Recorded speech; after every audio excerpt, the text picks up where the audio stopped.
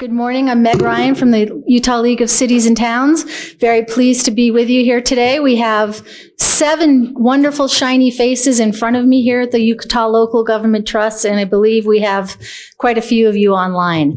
Today, you are all here for the deep dive. Today, you are here to have questions answered, and we will deliver. I'm very fortunate to have Ted Knowlton, Deputy Director of Wasatch Front Regional Council, that has an incredible wealth of data that if you haven't already tapped into, you need to, and he'll also talk about some of the updates he has.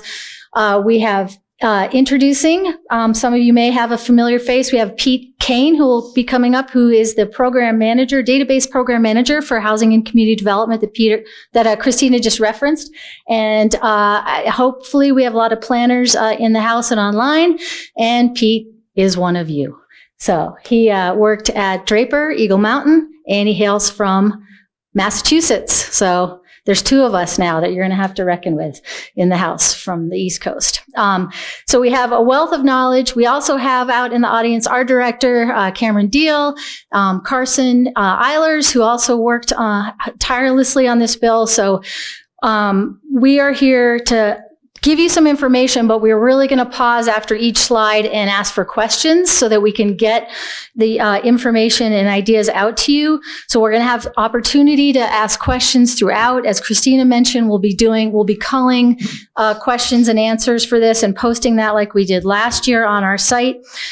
Before I turn it over to Pete to sort of get into the meat of this, and then Ted and I and others in the room, and we'll pepper in with comments or other thoughts. Carson's and I are going to be running the chat box. We're going to drop in there for you a PDF of today's presentation. We're going to drop in there the list of the 82 cities that are required for this House Bill 462, which was Senate Bill 34. And we we'll also post in there a summary that we did in conjunction with WFRC's legislative team that will also be in the chat box. These materials will also, and the recording of this session will also be available on the Utah League of Cities and Towns website under spring training as well as under advocacy. We have a special page for housing and general plans. I think I just want to say this year, you're fortunate today to have all the folks that worked on this bill in this room. And so hopefully we're going to be able to articulate what the outcome was. And outside of Senator Andrag and Representative Waldrip, I think we have most of the people that touched this bill in place. And having worked on it for the past few years, I want to just say that I think we have an incredible opportunity this year. So the flexibility is still at our fingertips to figure out a plan for housing, transportation, land use, economic opportunities in our communities. And I think we should take advantage of that. And this year, I'm really pleased to announce that the technical assistance that we've been asking for and asking for and asking for with all of these bills and the requirements that we have to do, we got it. We're not quite sure how it's being allocated yet, but we're working on that, and we'll talk about that later in the presentation. But there is going to be technical assistance to help support the plans that you're going to develop at the local level for the opportunities around housing. With that long introduction, Pete, I'm going to turn it over to you, and we'll be here for questions. Great. Thank you, Meg.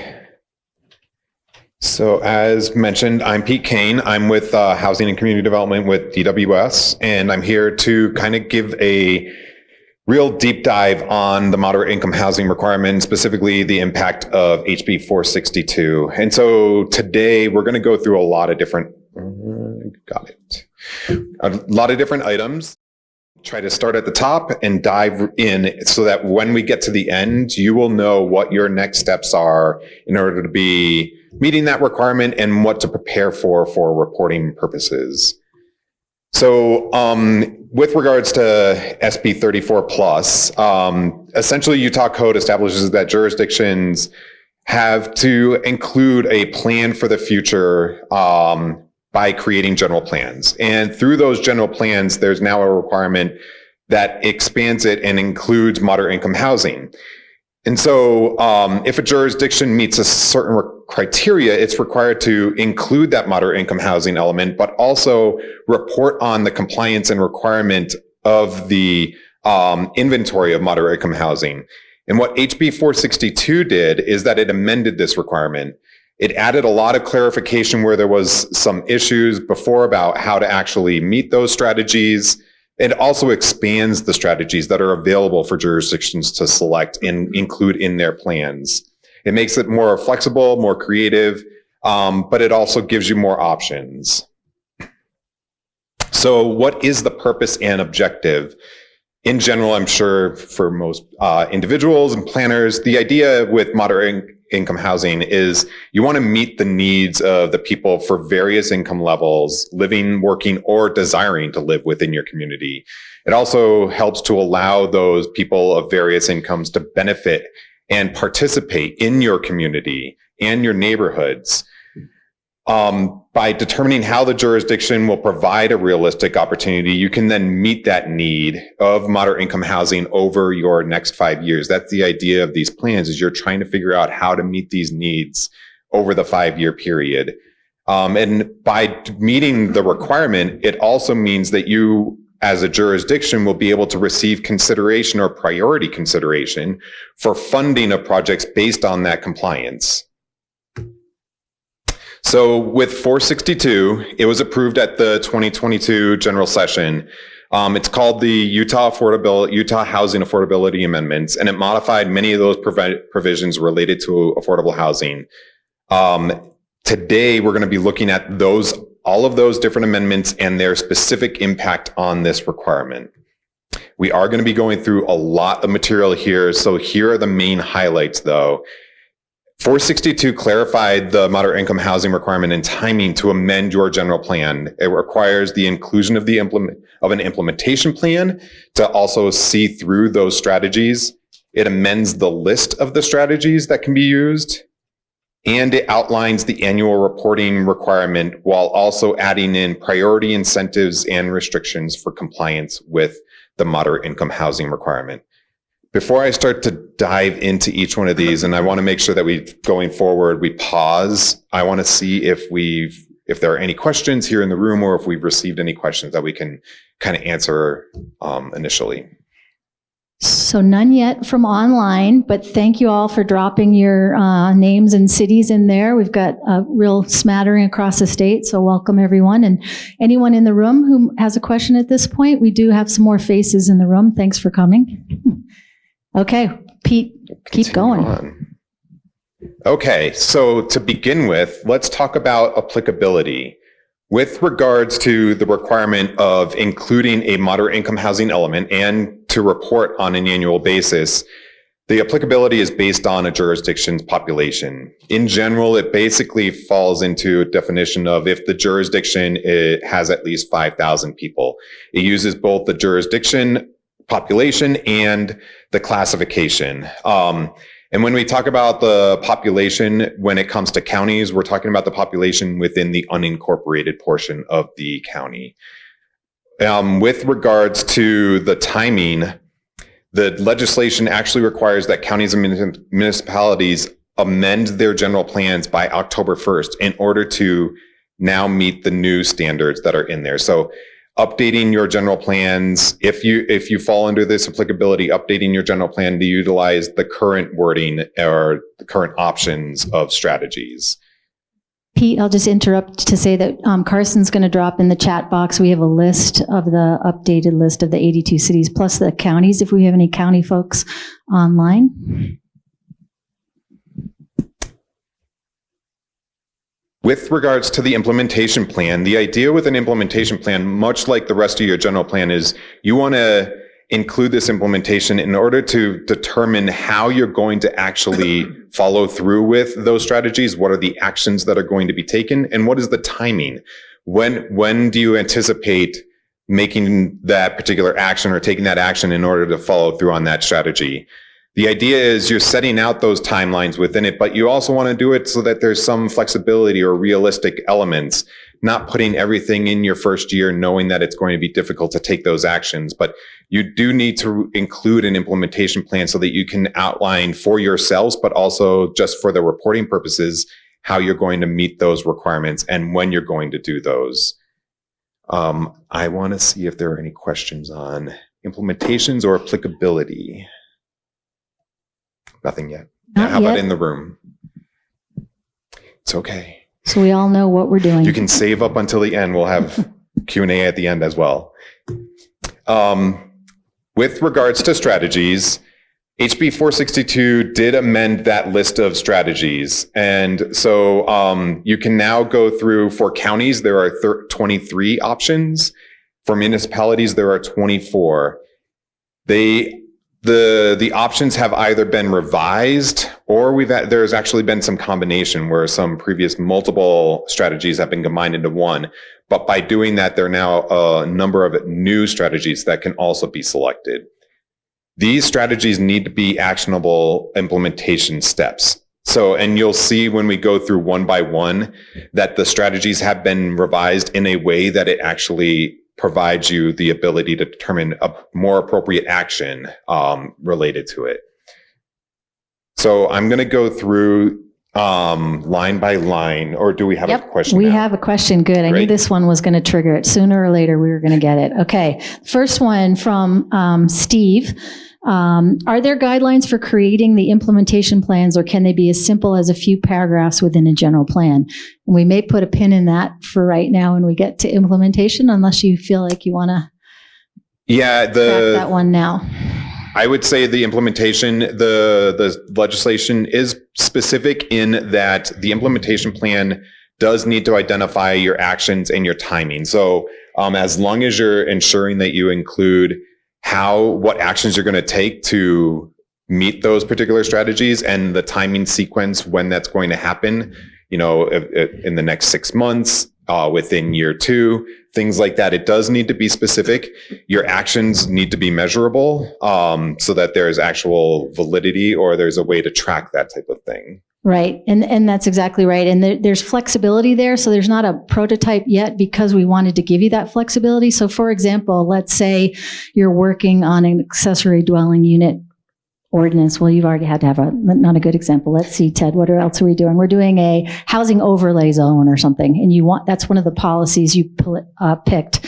So what they're asking for this year is, as an element of the general plan, so not the whole general plan, but as your moderate income housing element, you would identify that policy and then say, in the next 12 months, we are going to bring that through public process. We're going to have it adopted, hopefully, fingers crossed, by X date. So whatever that implementation method may be, if you're partnering with someone, you would put in some kind of a timeline for partnering. So again, the flexibility is left at the local level. And then we had another question, I think I answered hopefully from, let's see here.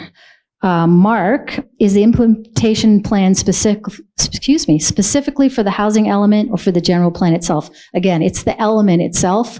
So you know how you have transportation, land use, and housing again for these 82 cities. So it's a specific timeline for that sub-element.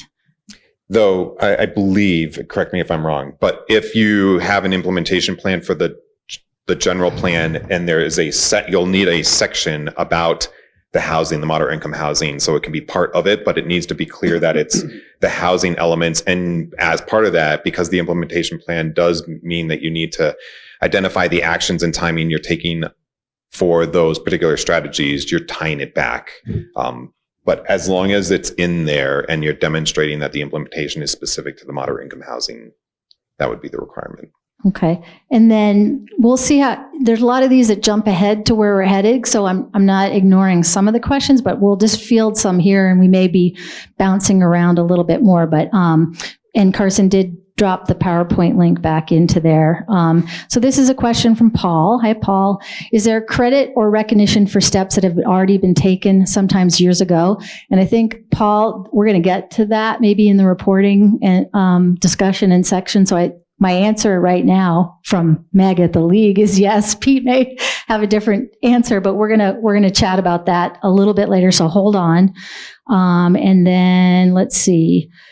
Here we have from, I think it's, I can't see the full name, Michael. Sorry if I butchered that. Is the declared timing of the implementation schedule in the general plan considered a guideline or an expectation, and therefore somewhat flexible with the timing? It should be done in a way that it's flexible. It should be, think of it as this is what you want to achieve. But the fact is, we all know that time changes, things change, and priorities need to shift. So it needs to be written in a way that allows the jurisdiction to make those modifications and shift when needed. So rather than stating that it will absolutely be, these particular months, then you have that ability that you want to do it in 6 months. But you want to make sure you're writing in a way that provides you the flexibility, and the legislation does acknowledge that. And then just another nuance to mention, you all are probably wondering why you can't see the chat. So unfortunately, when we had these larger groups online, we've been getting some spam and some hackers. And so we've had to do some more preventative measures where only we can see the chat, which I apologize for. I know this seems a little disoriented and disassociated, but we are trying to field them all for you. And let's see, I'm going to see if there's any more.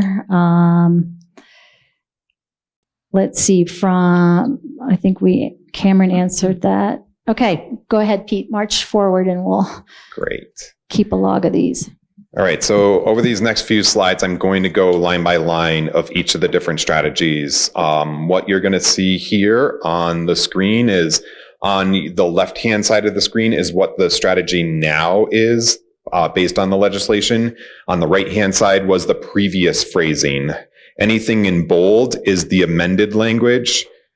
Green text means that text is only appropriate if it's a county strategy. Orange text, the phrase or word would only be used for the municipal strategy. So strategy A, the idea here for this particular one, which had to deal with rezoning for densities that would allow for the production of moderate income housing, the idea is changing from assure to facilitate, being far more direct. Assurance versus facilitate, it was more of a just nuance, making sure that these are more direct in their phrasing. The same thing is true on strategy B. The phrasing in strategy B is now demonstrate investment in the rehabilitation or expansion of infrastructure that facilitates the construction of moderate income housing. Previously, it was facilitating and encouraging. Again, it's about actually doing and being far more specific.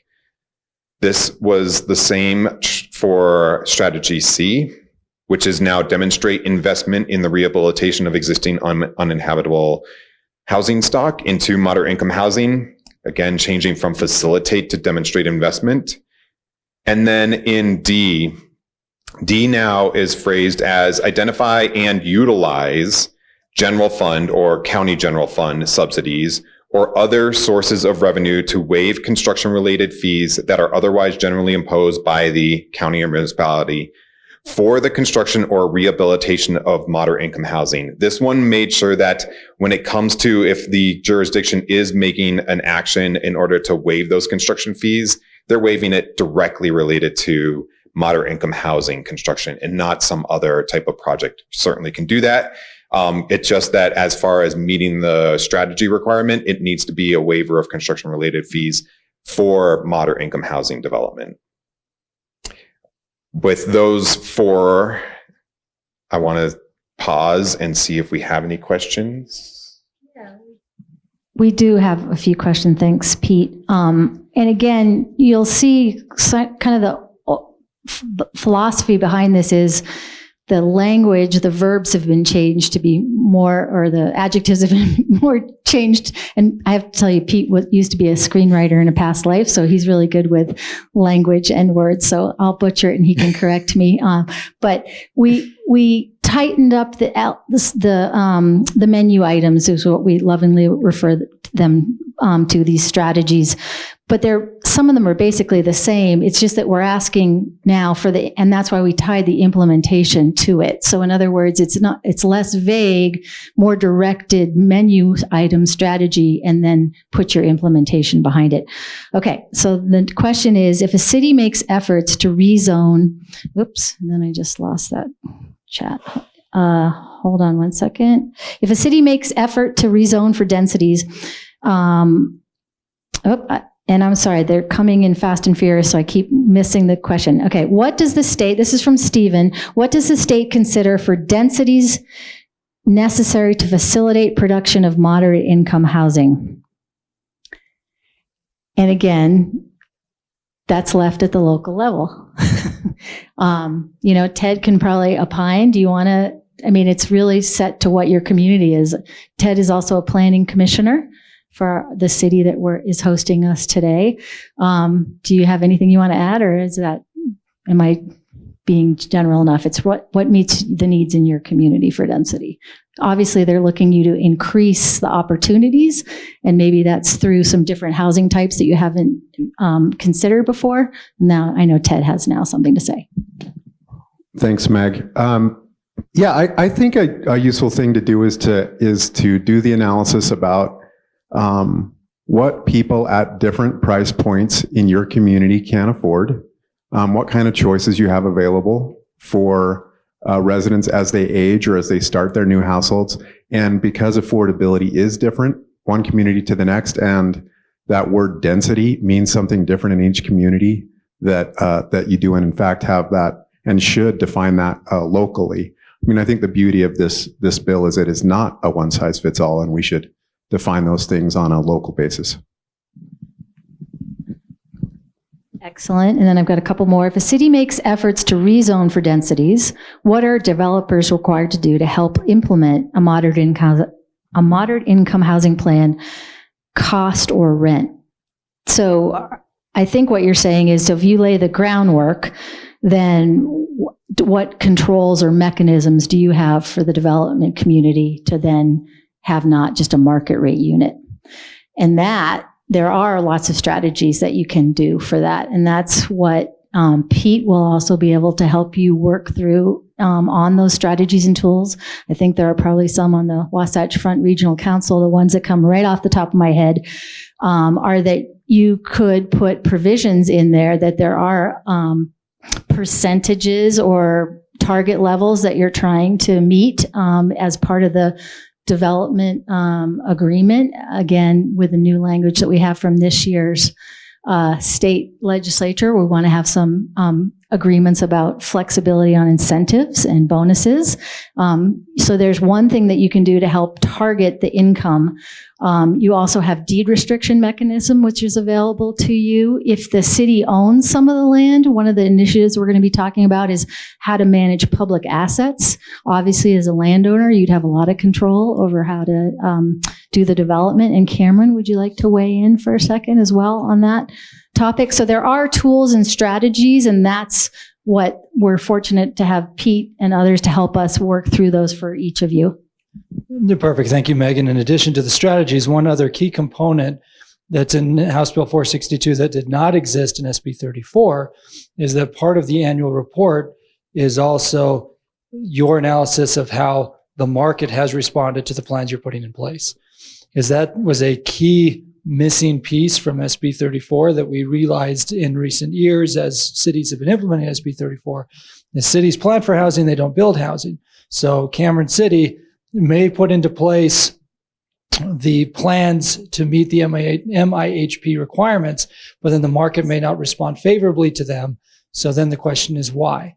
And there are multiple examples around the region that we've seen in recent years where a city may plan for moderate income housing, but then the market responds and builds luxury housing or housing that's not moderate income.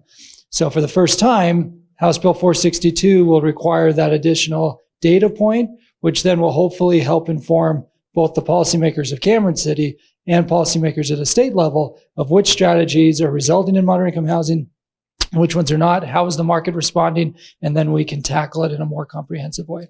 Is there anything else you want to add? Yeah, that's actually what I wanted to add is because of this, you were right on top of it, because of the new reporting requirements, which are true in 2023 going forward, not for this year. But because you're going to be able to analyze and provide feedback on why you were or were not able to make progress on particular strategies, one of those is, how did the market respond?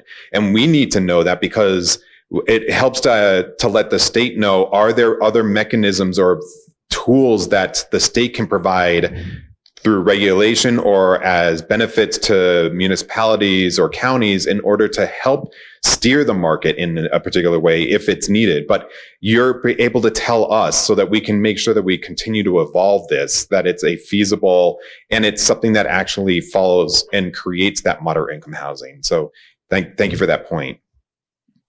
Okay, and then one that maybe we should have done right off the beginning, but apologies for this. How do you define moderate income housing? Well, moderate income housing is defined under the state statute, Title 10, Chapter 9A, in the definition section, and it's providing opportunities for those at 80% of the area median income or below, of which data points we will also explain to you how you look and get at those numbers a little bit later. Some of the other ones have been answered here. We, again, will have the slide deck. It's in there. Let's see, Levi. Do the strategies in our plan need to exactly mirror the verbiage used in the legislation, or can they be adjusted for our specific municipality? They need to be matching. And that's why you do have the ability or the direction through the legislation that you will have up to October 1st to update and amend your general plan to now utilize the revised strategies. And a suggestion is you could put the strategy there. So in other words, let's say it's facilitate the rehabilitation of existing uninhabitable, I picked the hardest sentence, housing stock into moderate income housing. That could be, Levi, the state strategy, and then you could decipher it down into nomenclature for your own community. Absolutely. Or the general plan strategy. So like that's the goal, but we're going to do it by X, Y, and Z. And then we've got some love for Ted here, wanting to know what Ted does, everything. And then what else here? Shauna, if I am reading this correctly, for strategy A, a city cannot simply point to existing densities that facilitate moderate income housing. It must add density, correct? Correct. And then how do you define area? And that must be, Laura, to area median income. And that, do you want to crack that one right now for everyone? And even Carson, do you want to weigh in on that and the area median income and how we get American Community Service data? No? Okay.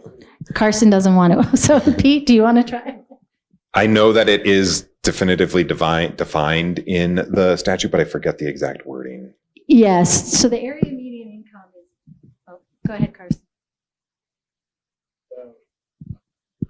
Area median income is a metric that's measured in the American Community Survey conducted by the census.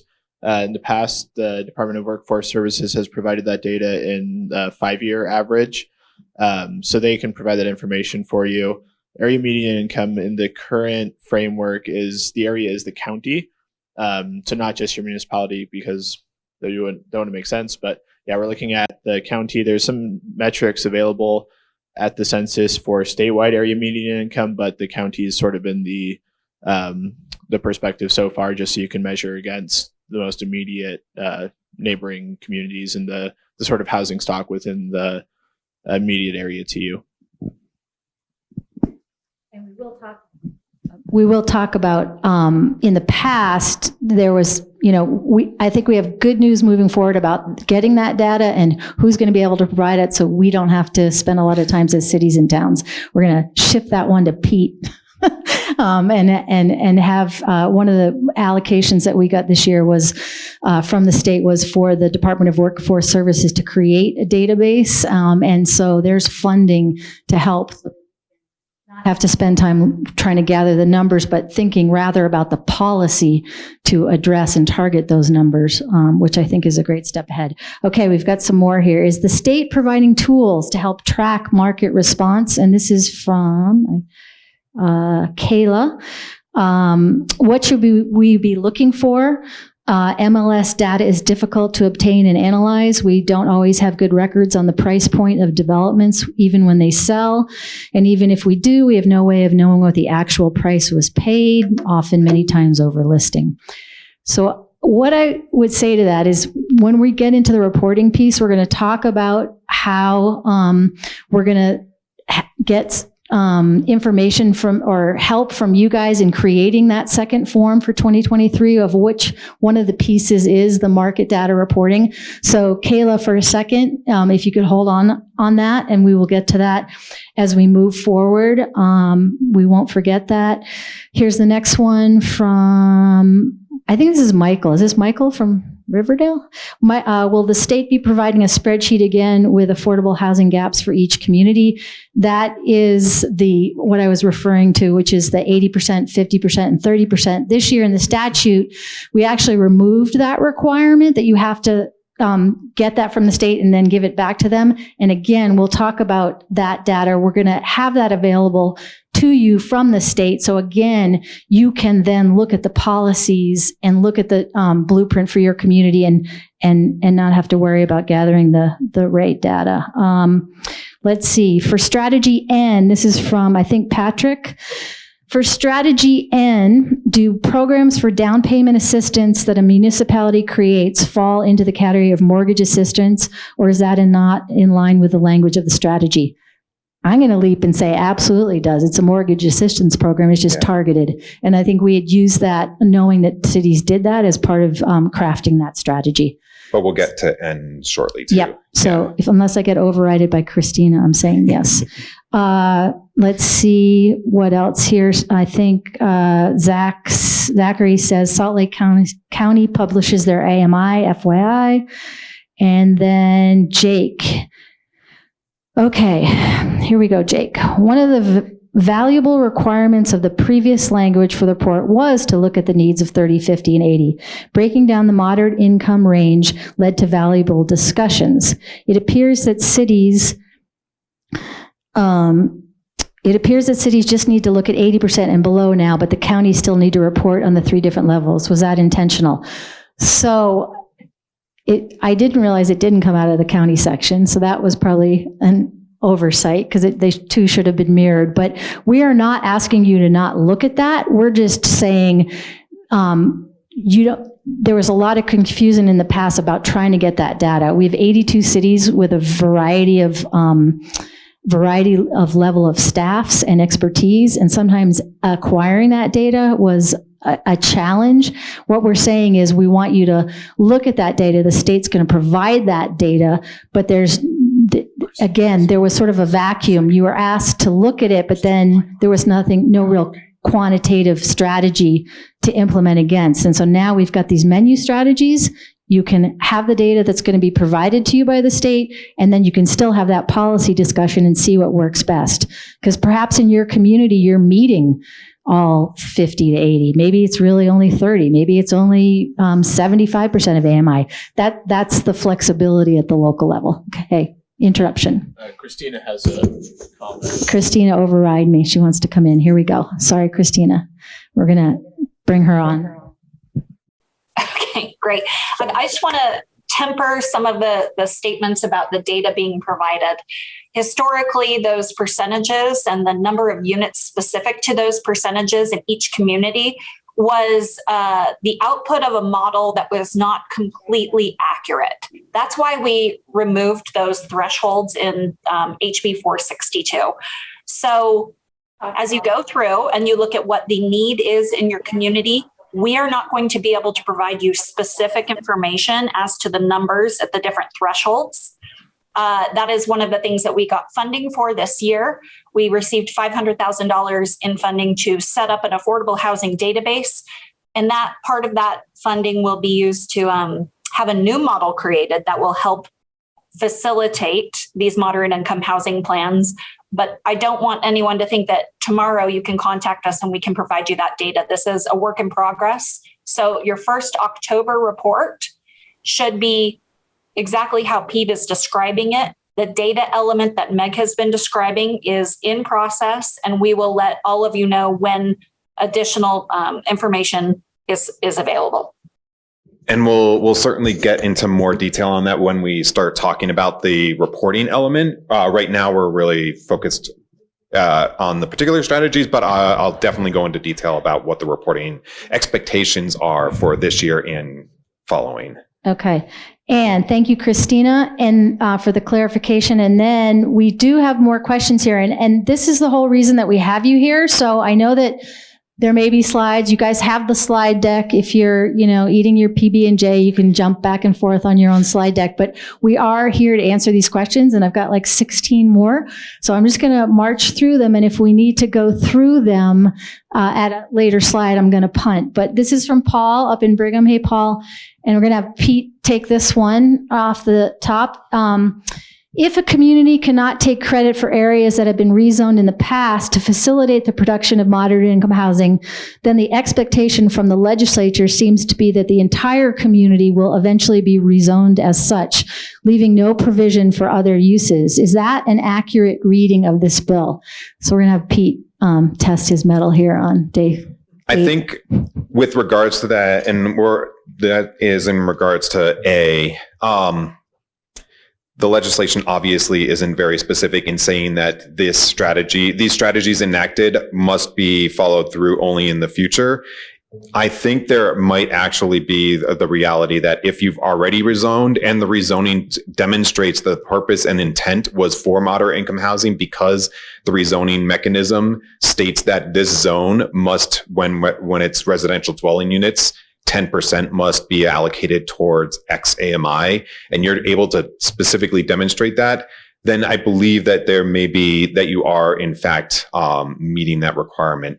The idea here was, if you're choosing a strategy, it's because you're trying to do work going forward and not necessarily rest on the laurels of what has already happened, because you need to continue to make progress in developing that moderate income housing. But there may be some type of flexibility again.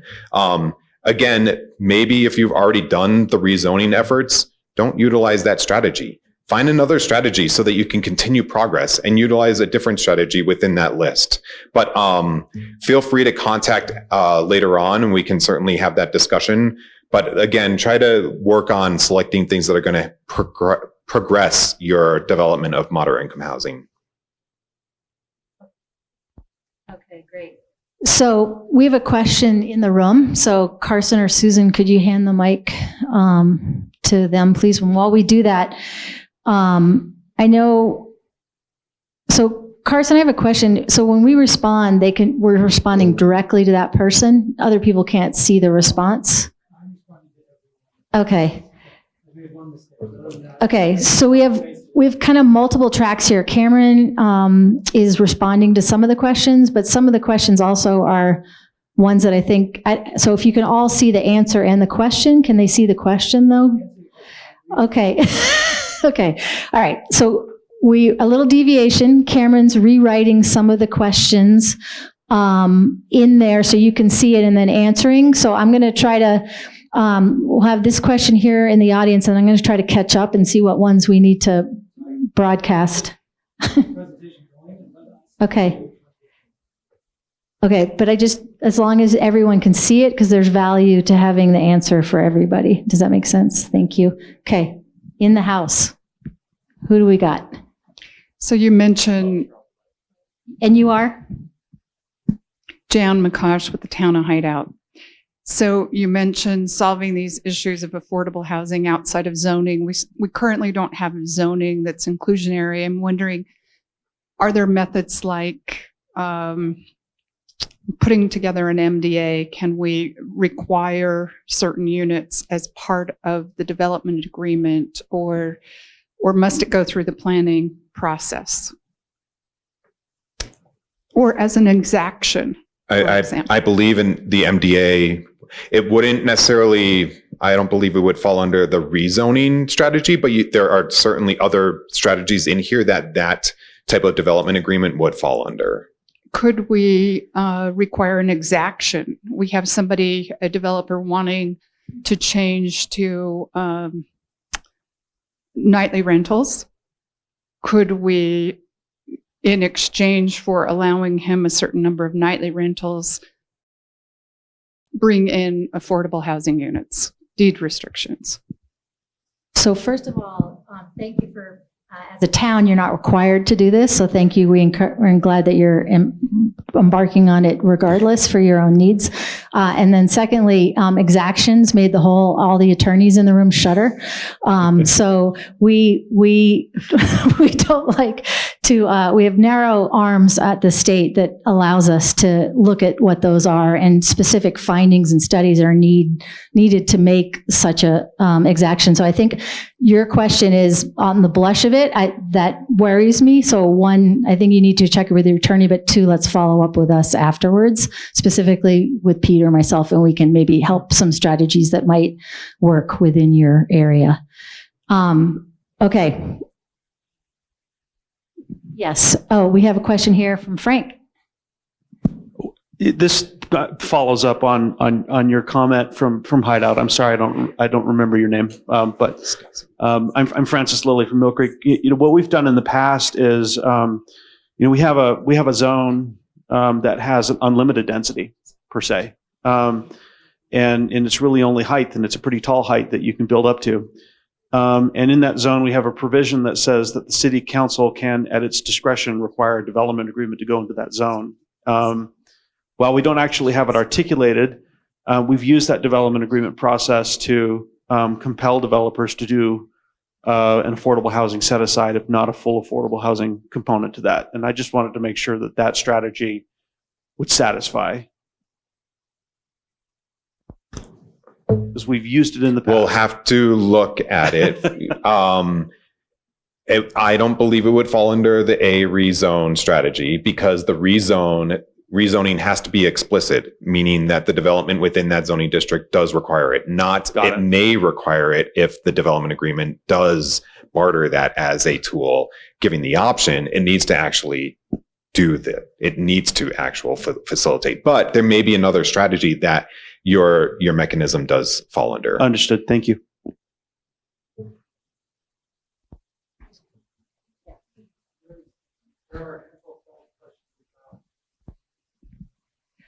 Okay, hold on. We're just figuring out the question here. I know we've got some frustration that people want to go through with the presentation, but right. So, yeah, the questions are coming fast and furious.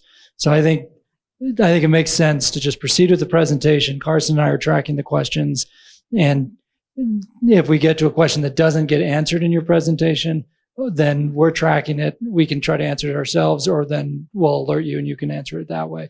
Otherwise, I think we'll just be inundated. It'll just be questions that many of which I know you're going to answer. So I think we proceed that way. The one clarification is we've had a couple of people who keep coming back to this point of, if your city has done something, even if the market hasn't yet responded for it, say the city has zoned for moderate income housing, but the moderate income housing hasn't yet been built, or it takes time for these things to occur. So you put the zoning in place, but then no development activity has occurred yet. It's always been our intent to say that if the city has done what you can control, that satisfies the requirements of the moderate income housing plans, even if there's not a direct outcome that comes from it. So if you put the zoning in place, that's what you can control. Even if you put the zoning in place 2 years ago, you would still be able to count that towards your moderate income housing plan requirements.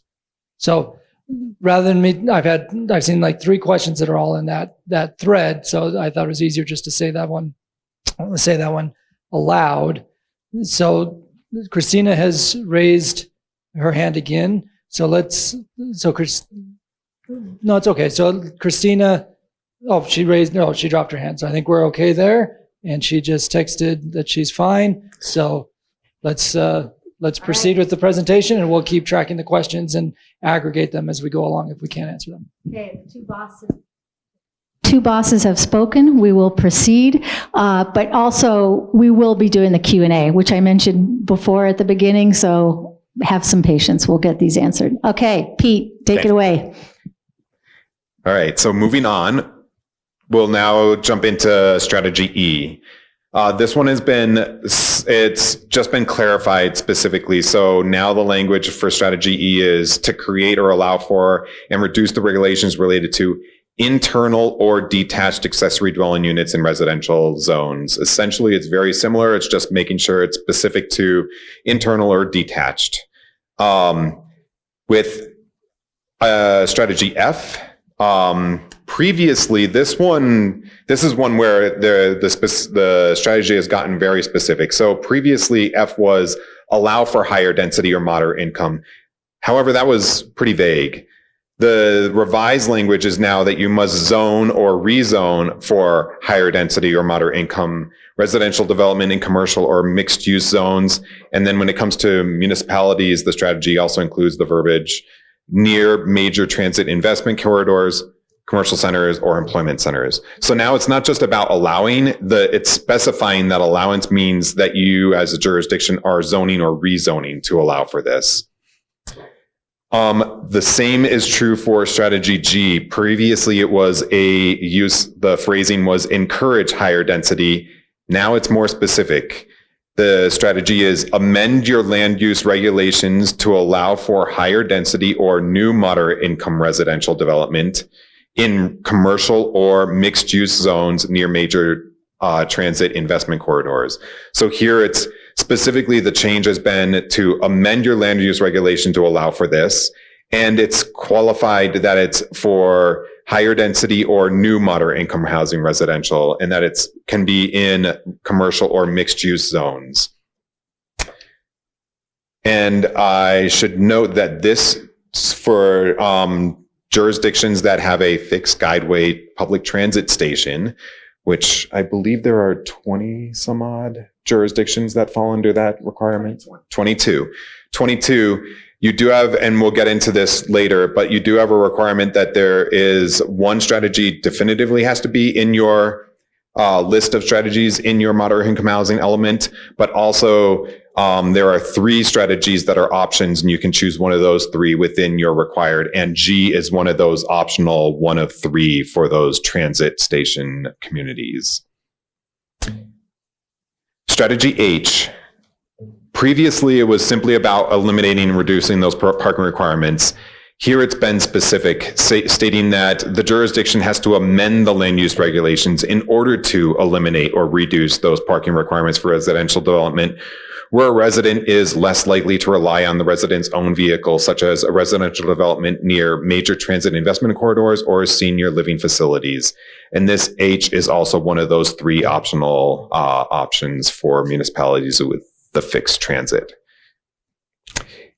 The same is true in H, where previously the language was simply allow for SROs. I is now specifically stating that you must amend the land use regulations in order to allow for single room occupancy developments. In J, previously it stated implement zoning incentives for low to moderate income housing units.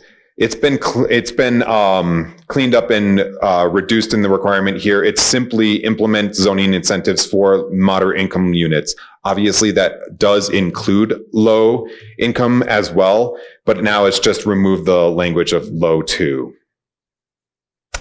Strategy K. This one's actually a combination of the previous K and L strategies, so that now the strategy is preserve existing and new moderate income housing and subsidized units by utilizing a landlord incentive program, providing for deed restricted units through a grant program, or establishing a housing loss mitigation fund. So what this means, previously they had the option of doing K or and L. Now that the legislation has amended this, if you are doing either or you're doing both, it counts as one. So just understand that the strategy is now just one strategy. You can certainly do a mix of it, but it doesn't count as 2 separate strategies any longer. It is specifically just one strategy. Strategy L now states that you would be reducing, waiving, or eliminating impact fees related to moderate income housing. This one's been refined a little bit, but it also previously was just about reducing those impact fees. If you want to, as a jurisdiction, waive or even eliminate those, that's more than just a reduction. So you should be getting meeting your requirements by also providing those waivers or elimination of the fees. With strategy M, it's now demonstrate the creation of or participation in a community land trust program for moderate income housing. Previously, it was simply participating in the land trust program.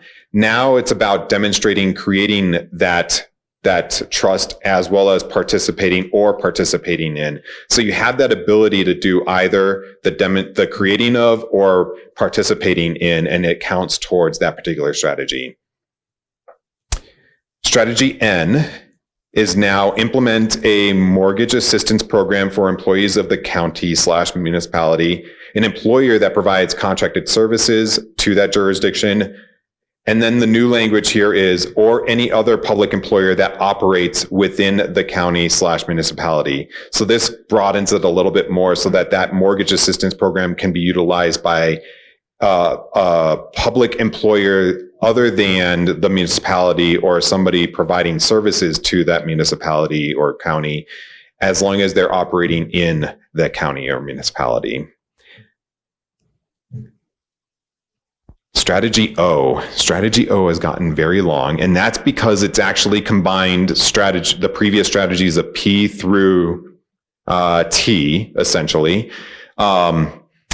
What this has done is it's taken the ability or the strategy of being able to partner with various different entities and said that partnering should be one strategy. And so now strategy O is all about partnering with either a state or federal funding or an entity that takes part in state and federal funding for tax incentives, or the programs being offered by the Utah Housing Corporation. It also includes partnering with entities that apply for funding through the DWS programs, and then partnering with an entity that applies for programs administered by the Association of Governments. And then you have the Public Housing Authority, partnering with Public Housing Authority. Similar to the previous combination, this is the same, where if your community is partnering with different types of these entities, it counts as the one strategy. So just want to make sure it's clear that it's one strategy now. Multiple actions can be taken, but it counts as the one strategy. That orange text there is only applicable to municipalities, and that has to do with the partnering with entities that for affordable housing programs administered by the AOGs.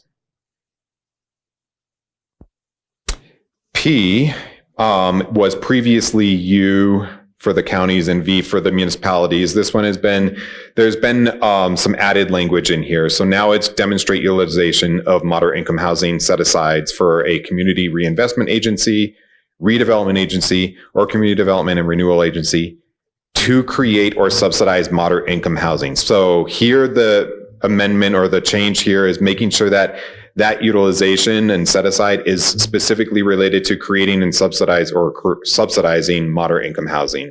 So just being far more specific. And the revised W for counties, X for municipalities, there's more language that has been added so that it's now demonstrating the implementation of any other program or strategy to address housing needs of residents of the county/municipality who earn less than 80% of the area median income, including the dedication of local funding source to moderate income housing, or the adoption of a land use ordinance that requires 10% or more of new residential development in a residential zone be dedicated to moderate income housing. So this one does add in some additional direction or option within the strategy by doing this local funding source, as well as the ability or the option of doing a land use ordinance to require that 10% towards moderate income housing.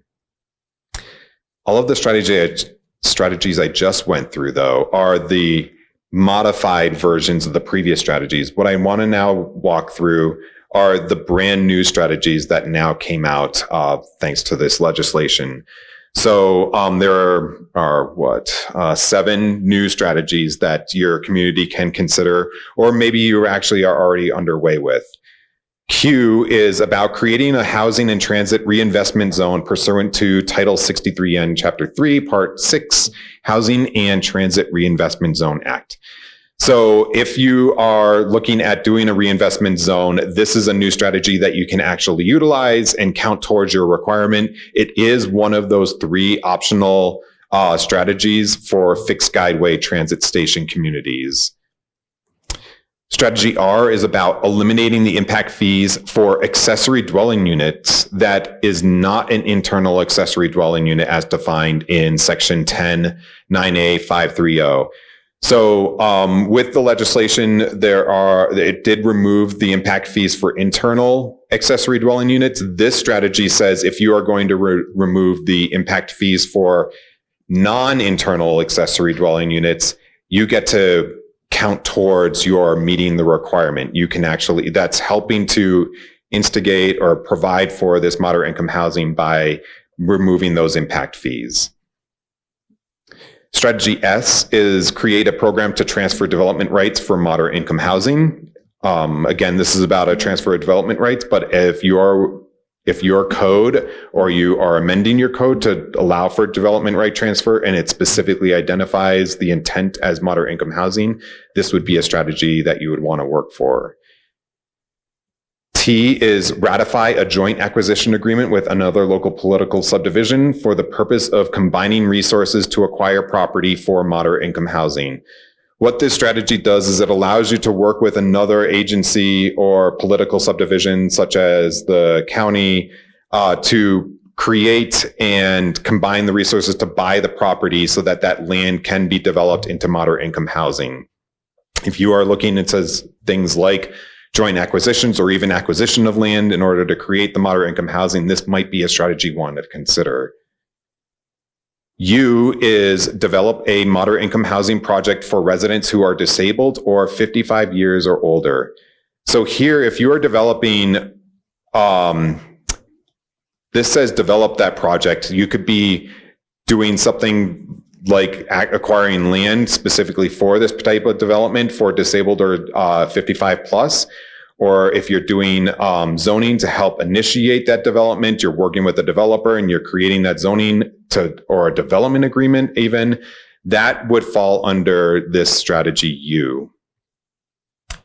Strategy V, this is the strategy that is a required strategy for any municipality that does have a fixed guideway transit station. And this strategy states that you have to develop, or states that you will develop and adopt a station area plan in accordance with Section 10(9A) 403.1. And that is the station area plan requirement. So with those municipalities that have the fixed guideway transit station, you would be developing a station area plan. Therefore, you would include this strategy as part of your menu of strategies that you're using in your moderate income housing element. I should give a little plug that there is going to be another training tomorrow specifically on this particular item of station area plans. Right. Yeah. Yeah, I have one more left, and then we probably want to do questions, right? No, we should probably just keep Keep going. moving? We've got a lot of Okay. questions that deal with reporting. Okay. So we can probably get through many of them. So the last strategy, yeah, it should be the last one, is create or allow for and reduce regulations related to multifamily residential dwellings compatible in scale and form with detached single-family residential dwellings and located in walkable communities within residential or mixed-use zones. So you'll notice in the previous strategies, a lot of those strategies about zoning were related to creating those zoning districts in more commercial or transit. This particular strategy says allowing for multifamily dwellings, but that are at a compatible scale and form to the residential neighborhood that they're located in. So if that's something that you're working on or that the community has found interesting, this is definitely a strategy that should be considered. So I am going to move on now. So before we get into reporting, do you want me to cover this or did you have a question? No, let's go over this. There, like I said, we're answering some of the questions in there. A lot of station area plans, that's tomorrow, so hold your questions for that. And then on these element questions, we will get back to each of you individually, and we will also have it in the Q&A. So just keep them coming. They will get answered. We'll do our best right now. Go for it, Pete. Okay. So big picture, we just talked about what the requirements are as far as including strategies in your plan, updating your plan. Wanted to lay out what does this really mean for your jurisdiction. So there are essentially 3 options that you should consider for action by October 1st based on the legislation. Option 1 is to pick or reaffirm 3 strategies and adopt an implementation timeline for each of those. So find the 3 strategies. Maybe it's exactly what you have in your plan, or you just need to do some wordsmithing of the strategy to meet the current language. That's your option 1. You're essentially meeting your base requirement. It's 3 strategies for all communities, aside from those municipalities with fixed guideway public transit stations. They have to have a minimum of 4 strategies, but that's your option 1. Option 2 is to pick new strategies and the corresponding implementation plan timeline for each. So here, you could be meeting your base requirement if maybe you're just going to go and rewrite the moderate income housing altogether, and you're going to choose maybe 3, maybe 4. Here you're going to be meeting that baseline requirement or possibly reaching that priority consideration, which leads me to option 3. Option 3 is that you would incorporate at least 2 strategies beyond the base requirement and adopt the implementation plan timeline for each of those. So this means that your community then would be reaching the priority consideration if it's validated that you in fact did include those 5 or 6 strategies based on whether you have public transit and you have the timeline associated to each one of those. So those are your 3 options, really. Meet the baseline, update, choose all new strategies, either meeting your baseline of 3 or the additionals, or go towards the sky and try to achieve at least 2 over your minimum requirement. Pete, can I just quickly interject? If you're a community and you're thinking, we could meet that priority consideration threshold, I think that sends a really powerful message. The more communities that step up to that level and say, look, we are driven in part by incentives, and we would love to partake of those incentives. Now, those are not yet firmed up. We don't know exactly what priority consideration means, but let's take advantage of that element that this legislation provides that is incentive-based and be responsive to it. I think it sends a really powerful message. Yeah, thank you. Okay, before we get into reporting, again, I know that's going to be a big question. Want to kind of talk about what the resources are in order to help you plan by developing these your moderate income. Yeah, Cameron. Let me piggyback on something that Ted just said, the incentive piece with compliance with House Bill 462. We have, between the people in the room and online, more than about 190 total people. So there are a lot of folks who are involved in today's conversation. Going back to last summer, the League and WFRC and the Maryland Association of Governments surveyed our policymakers about what they wanted to see out of potential modifications to the SB 34 framework. And one message that came back loud and clear was a willingness to consider additional incentives, but considerable concern about any sort of state mandates or state penalties. It was that dialogue that transpired after that survey that led to this discussion about what incentives could the state of Utah offer for this priority consideration piece. I anticipate that conversation will continue in future legislative sessions. So right now, it's focused on the same pool of money that existed for SB 34, which is eligibility for state transportation dollars through the State Transportation Investment Fund. But that conversation could extend elsewhere. So for example, one thing that it could look like is if there was a scoring framework where Ted City and Cameron City are both applying for this particular transportation dollars, and the framework is out of 75 points, and Ted City gets 65 points, and Cameron City gets 65 points. But Cameron City has selected and implemented 7 menu items, and Ted City has only done 3 menu items. You could see a scenario where that becomes the tiebreaker, that Cameron City gets those finite resources in lieu of Ted City. Now, this is the first time we've ever really had this discussion at the state level. And so we've had a lot of questions asking, okay, well, how's this actually going to work? And the answer is it's still being determined. UDOT is still trying to figure out how this will fit into their existing prioritization process. But this concept is one that I anticipate will continue to be looked at, because it's based on the survey results from our own members. This was a much preferred alternative to some sort of state stick or state mandate. Great, thank you. I'm gonna, is it okay, or? Yeah, okay. So I'm gonna quickly jump into the resources. Before I pass it off, to give you a break from myself, just quick overview with regards to HCD, our resources, we're here to help provide training to the jurisdictions on your annual reporting process. That process is going to be changing this year, but we're here to make it easy, and we're going to be helping and reaching out and demonstrating how you'll be doing that reporting process. Provide support and answers to jurisdictions throughout the general plan adoption and the implementation of your housing element. Creating an easier to use reporting form. We know there were a lot of issues in the past. We're going to be working on a brainstorming session to modify the questions that are being asked, but also the method of acquiring that information from the jurisdictions.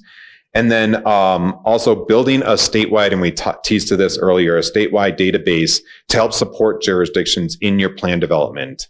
That is something that was funded this year, and over the next year or so, we will be building that database to help support you. So let me turn it over to Ted, though.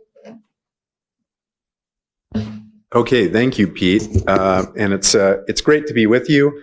I'm Ted Knowlton. I'm with Wasatch Front Regional Council. We are an association of governments and a metropolitan planning organization. There will not be a test. We serve our member communities from Brigham City in southern Box Elder, all of the communities in Weber, Davis, and Salt Lake counties, as well as Morgan and Tooele counties. I'm going to show you some data that also represents the Mountain Land Association of Government areas. Apologies to communities that are in, let's say, Washington County or the Cache Valley. We are exploring extending data to other parts of the state. Now, this is within the framework. If you back up a little bit from the requirements of the bill, I'm going to talk about data that supports our shared vision, which is called Wasatch Choice. This is essentially the framework of where U.S. communities have said, look, these are areas where we think encouraging growth in a walkable format centers makes sense, and we have considered that together with the regional transportation plan that my organization and Mountain Land Association of Governments facilitates. So it's really a framework for how growth unfolds that we have developed together. So if you go to WFRC.org and you see the address there on the screen, you can zoom into your community, and then you see there is this little gear. If you click on that gear, it gives you the opportunity to add data layers. Basically, think of this as resources to help you with your general plan. And I would say there's a basic theme behind this data, which is where, not just how much or which strategies, but locationally, where would you explore the incorporation of a strategy? I'm going to be aim to be really succinct so we can get back to the deep dive that we need to, as well as additional questions. Resources include access to opportunities. This helps answer the question, if my community enables / encourages moderately priced housing, what locations help residents get to the most destinations easily.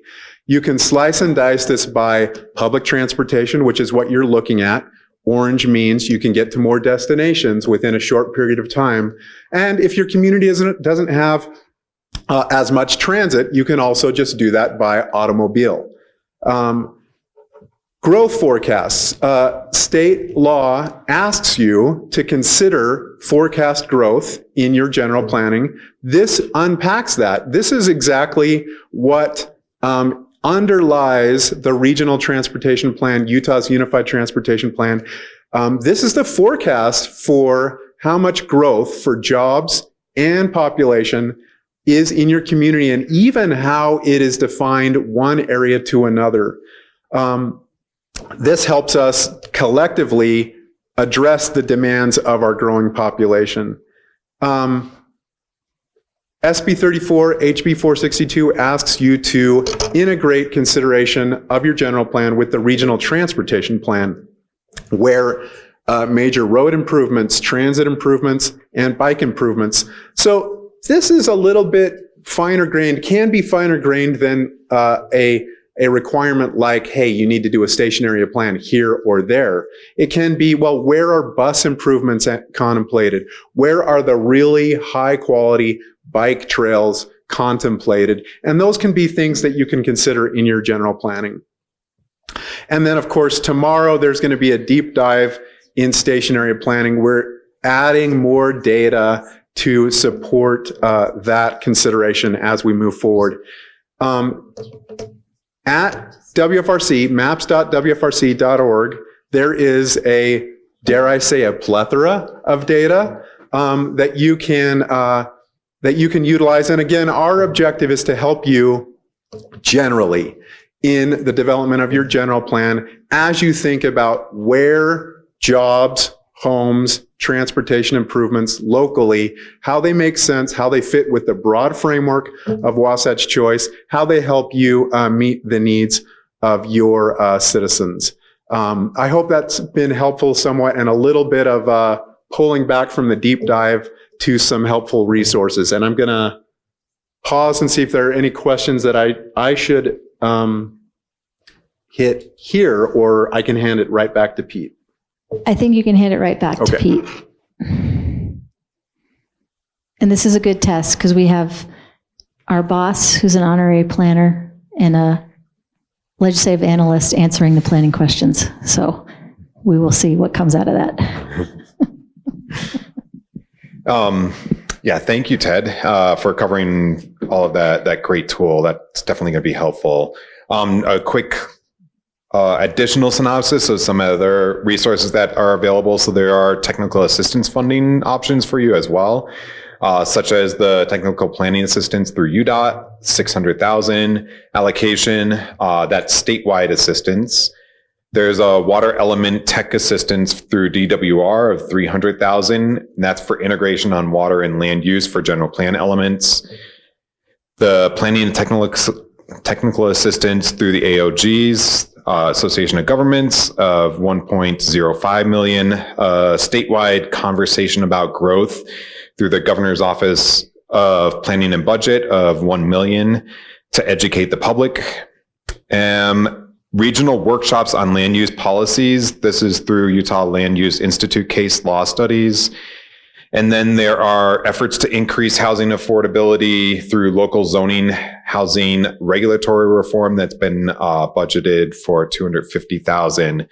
And then, as we mentioned earlier, DWS has been allocated the $500,000 toward developing that statewide housing database. Before I go into the annual reporting, we were just reviewing a few of the questions that had come up, and there was one question that was raised by Lauren, I believe, asking if your community is currently going through amendment to your general plan, should you consider making updates with relation to the moderate income housing based on this legislation? That's an absolute yes. If you're already in the process, go ahead and get the, update your plan, your strategies, and include the implementation plan for those strategies as part of your amendment so that you aren't coming back to the community and going through that public hearing process again for a second general plan amendment in the year. So just timing wise, it may be best to do that all in one go. Pete, Christina would like to chime in, so it's going to take a second. We're going to put Christina on there. Hold on a second.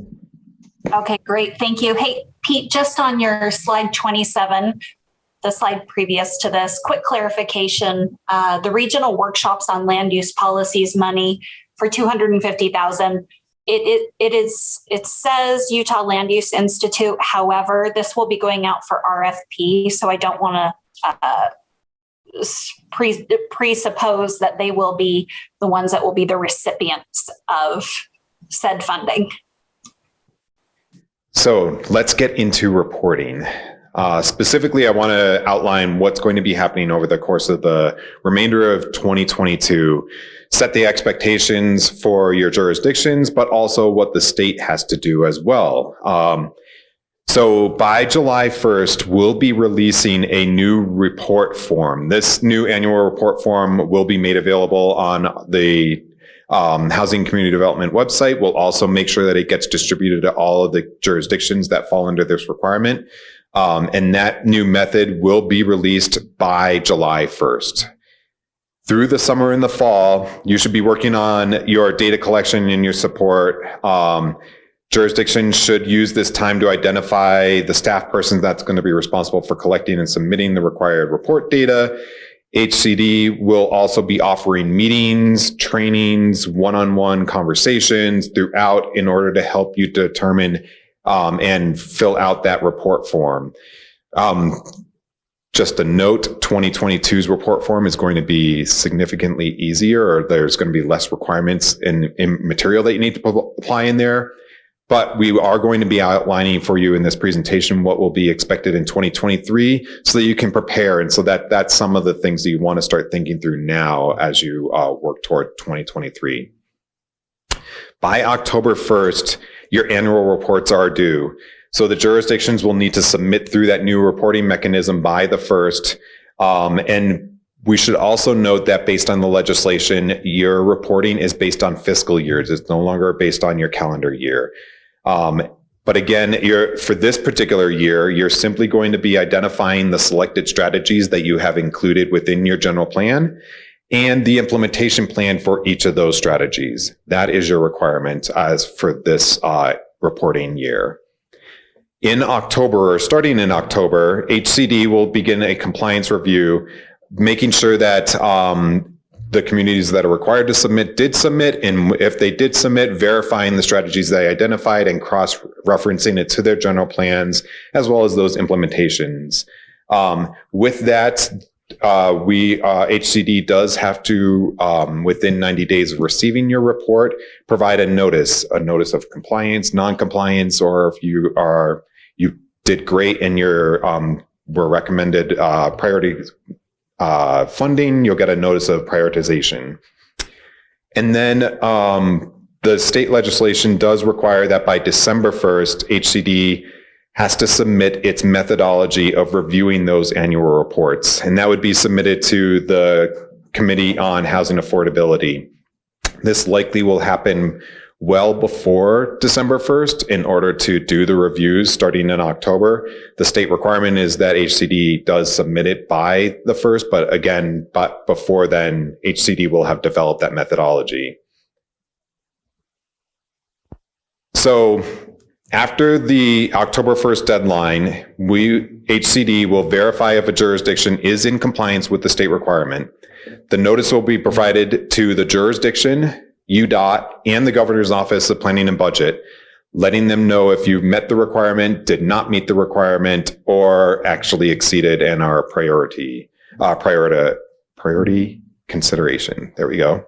Those jurisdictions not in compliance will receive a notice that they have an opportunity to correct those issues within 90 days. So let's say you didn't get your report submitted in time, or you only had 2 strategies. You didn't have a third one from the Housing Community Development Website. You'll the list within the legislation, you'll be given the opportunity to make modifications or provide us the data that's necessary within 90 days so that you, in case there was a timing issue, you just didn't include it in the report, you can correct that. And then we will review the corrected submission, and then you'll be able to get an updated notice. So there is some flexibility in there.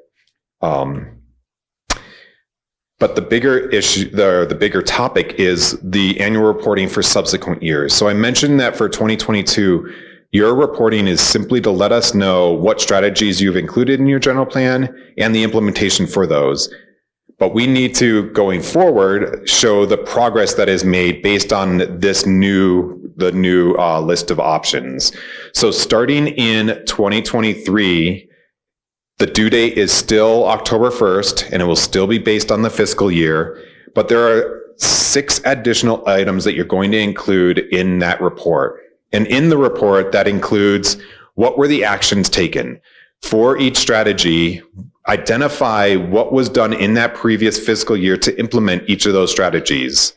What were the land use regulations and decisions that occurred during that previous fiscal year? Was there a rezoning, or was there a building permit released, or what were the land use regulations or decisions that met and helped you achieve those particular strategies?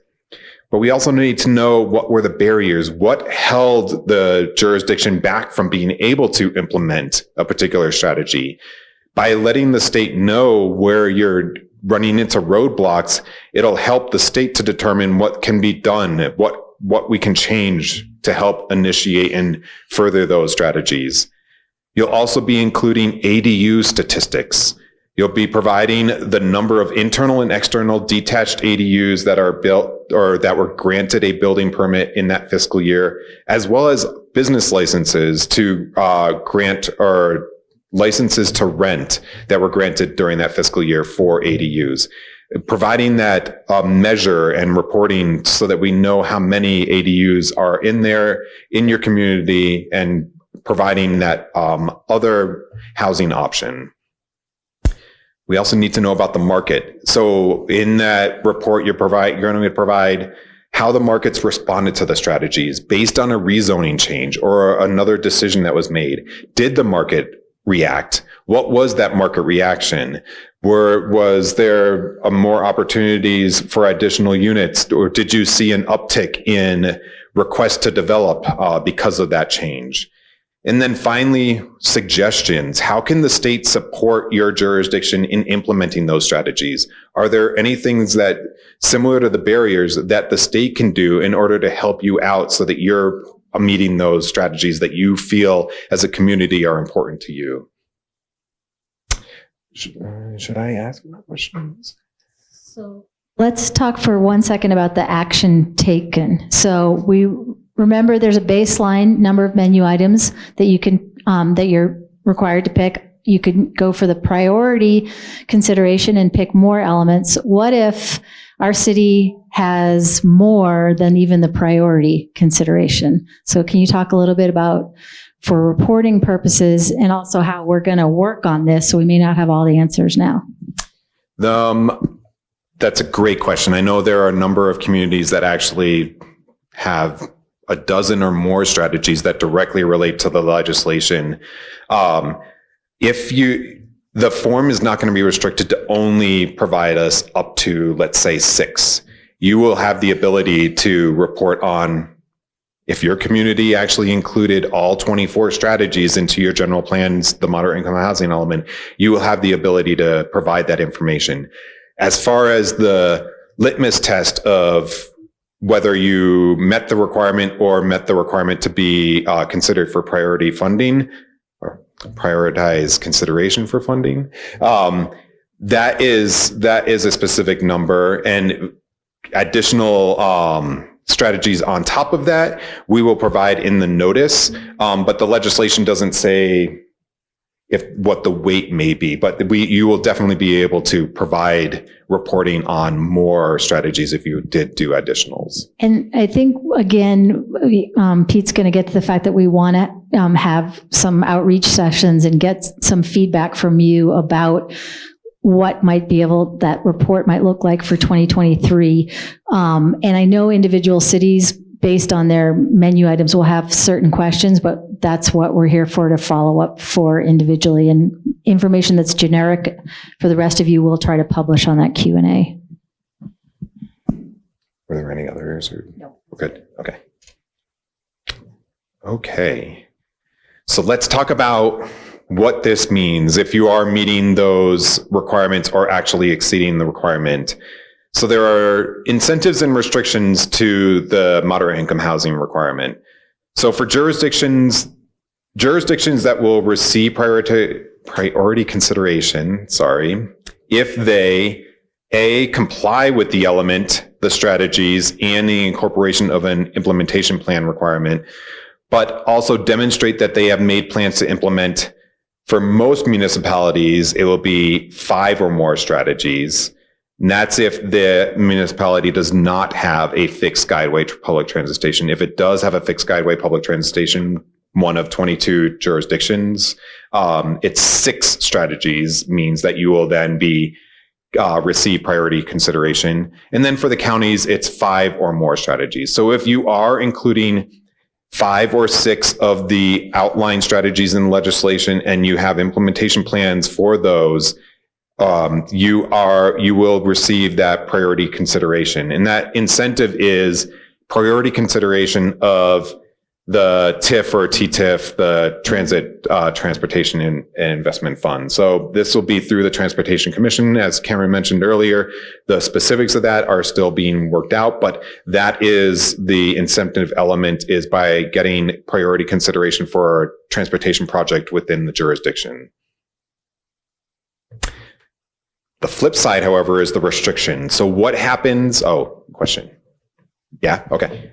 What happens if a jurisdiction doesn't submit or doesn't meet the minimum requirement of the number of strategies, or doesn't include an implementation plan? Essentially what happens is they will be notified that they are in non-compliance, but they will be given a 90-day opportunity to correct that, so that they then can become eligible for the funding.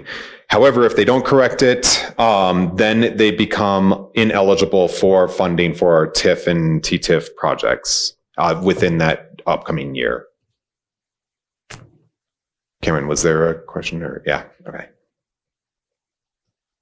Before Cam says that, before Cam speaks, I know we're at time and we've already gone a few minutes over, but we're gonna, for those that want to stick with us, we're gonna go for about another 5 minutes because we do have some questions and things to answer. And again, we will publish the Q&A on the league website. Cam? Thank you, Meg. Questions for the panelists that I'm going to summarize into 3 buckets. Recognizing that, as Carson and I have been following the chat room here, we've basically copied over 10 plus pages worth of questions, most of which fall into these 3 buckets. So I think the perfect way to close today would be just to quickly hit these buckets, and then we'll work with the panel to address them in an FAQ document that we'll put out after. So the first bucket, that even later in the session, we were still getting questions about the definitions of AMI, definitions of moderate income housing. How does that vary jurisdiction to jurisdiction? So a quick summary on that would be helpful. Do you want me to tell you the 3 buckets, or do you want to just do 1 bucket at a time? Go for it one at a time. Yeah. Okay. So 1 at a time. So just a quick summary again on the data around the definition of moderate income housing. Yeah, so moderate income housing is defined as 80% of AMI, so housing that is affordable to families of 80% or AMI. And your AMI is probably the second bucket, is defined as the area median income of the county in which the jurisdiction or the county itself is. Perfect. And there was a lot of discussion, both from you, Pete, and from Christina, about what data we have, what data we don't have. And league staff, WFRC staff, DWS staff, we're all working together to try to make sure we can get the most accurate data to help inform these discussions. So even if we don't have the final answer today on the data piece, recognize we know that's a primary issue for why HB 462 ran in the first place. The second bucket comes back to the slide you showed a second ago of the timing and the October 1st deadline and what has to be done by October 1st and how that, a general plan process. If you started it today being April 13th, now I'm doing math on the fly, that's a bad idea, but it's a pretty short turnaround for October 1st of this year. So can you just one more time emphasize what is expected as of October 1st of this year? So by October 1st, the expectation is that the jurisdiction has the required minimum strategies and implementation plan for each of those strategies within your general plan. And so that you can then report on that by October 1st, clarifying or confirming that these are your 3, 4, 10 strategies and the implementation plan for each of those. I believe correct me if I'm wrong, part of the allowance with that 90-day correction is if a jurisdiction is in the middle of amending the general plan, hasn't yet gotten the approval, the submission, you would receive that notice of non-compliance, but you have the 90 days to then modify your report and state, okay, now we have passed the general plan amendment and we do have those and they're in place now. Yeah, perfect. And then the last general bucket was one that I referenced earlier, but there have been several follow-up questions, and that is the crosswalk between what SB 34 required versus what House Bill 462 requires, because there's considerable overlap, but there are some obviously changes. And then if you have done something in 2019, your implementation plan in 2022 can say, we did this in 2019, we're still implementing it, here's how we're implementing it, and that satisfies the modified requirements under 462. Ideally, the data that comes from that then informs, was this a good strategy or not? But you can still demonstrate compliance with that past action. Yeah, as long as, if you've been working on a particular strategy and the revised language of that strategy still fits within the framework of what your progress or what your actions have been, then you would just be amending the slight language change, but you continue your work towards that. Perfect. So Carson and I will keep answering some of these smaller questions. So Meg, Ted, and Peter, I'll let you wrap up with your final comments. Okay. Yeah, we're very close. So quick recap again. So what are your next steps? For all jurisdictions that fall under this requirement, by October 1st, you'll want to amend or adopt the general plan with the moderate income housing element that utilizes the newly revised list of strategies. At least 3 strategies must be included, 4 for cities with a fixed guideway public transit station. And then you need that implementation plan for each of those selected strategies. And then also by October 1st, you want to submit that moderate income housing annual report. Again, that new methodology or the new form will be released on July 1st. And with regards to Housing and Community Development Division, our next steps are that by December 1st, we will be submitting that methodology for review. And as I just teased to, by July 1st, we will be releasing the new annual report form. So that report form brings me to this final piece. If any community is interested in providing feedback for that new annual reporting form, feel free to email Meg or myself. We are planning on doing a brainstorming discussion scheduled for late April, early May, so that we can start to take feedback. We want to know what did and didn't work in the previous form so that we make sure that this new form is utilized by everybody and that it's easy and it doesn't hinder you from actually submitting your form. And that is it. Great. And so for that outreach, not only please contact us if you'd like to be involved in that meeting, but also you can send us comments or thoughts And we have a list we tried to call, a list of members' emails that are targeted for these 82 cities. So we're going to be sending that out to that list. But again, I knew some of you, I picked others that didn't have planners, a city manager. So if you have an email address that you want to get to us for that, please let Pete or I know. Our addresses are right up here. Ted's address is also available on WFRC Wasatch Front Regional Council. I know we went a little over. I know we didn't answer probably all your questions, but we will get there. So thank you for the work that you guys do. We hope some opportunities will be laid out before you this year in ways that haven't been in the past. We'll try to get these questions answered. Pete, you did awesome for, your second month on the job. So well done, welcome. And Ted, as always, we got a lot of comments on Ted's sneakers, so he's still rocking the outfit. Thank you, Ted, for being here.